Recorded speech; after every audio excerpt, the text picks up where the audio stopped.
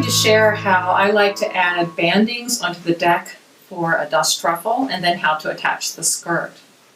So this is a twin size dust ruffle. I've already added the banding around two sides, and this is cut 1 inch wider and a ½ inch longer than the finished size. I cut the strips 5 inches, so they'll end up 4 inches wide. And you can vary the size of your cuts. Sometimes the banding size depends on the waist that I cut off when I'm making the dust ruffle skirts, and that's the case here.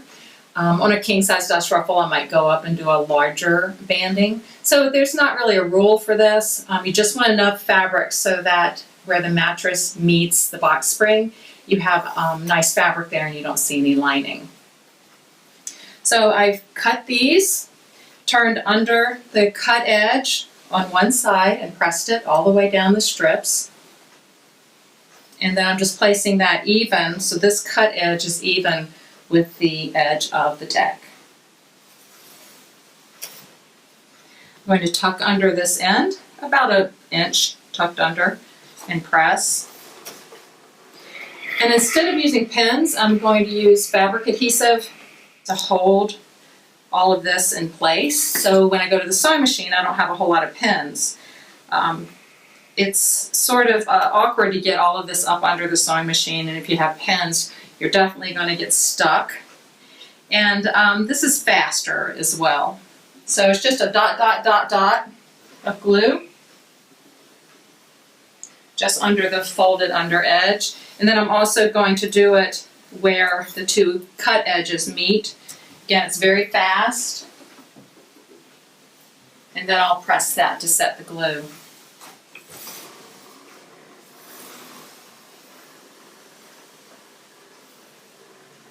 At the end, I'm going to turn under to have a mitered corner. You could do a square corner as well. I like the look of the mitered corner.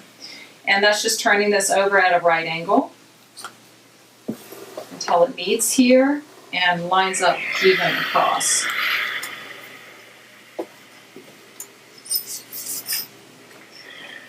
And then I'll add some glue under there as well. At the bottom corners, you need to make a curve because box springs are not square at the corner. And I usually use something that's round in the workroom, so the pin bowl is going to work fine. And just line that up with the edges and draw around that.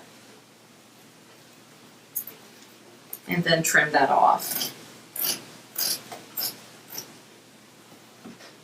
And that gives a nice round corner. And right there where I trim that off, there's no adhesive under there, so I'm going to put some dots of adhesive.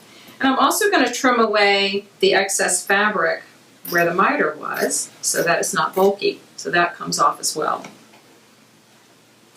Now that all of this is glued down with glue basting, now I can take it to the sewing machine and I'm going to top stitch the edge, the folded edge, and then serge around the whole thing.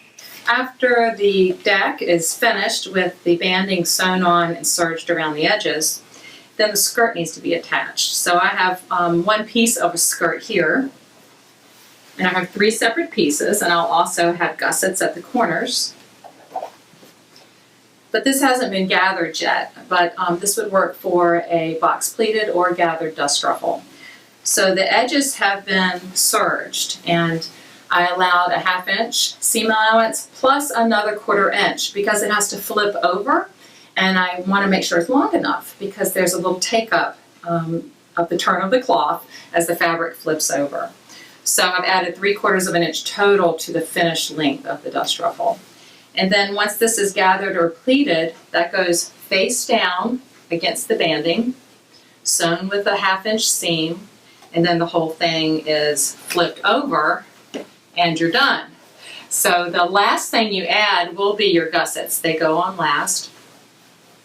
And once this is finished, it's really easy if you ever need to alter it. So a lot of times with clients, they keep these things and move to a new home, or they get a new mattress and box springs, and having the serged edges on the inside makes it much easier to take it apart if you need to lengthen it or shorten it or change a new deck.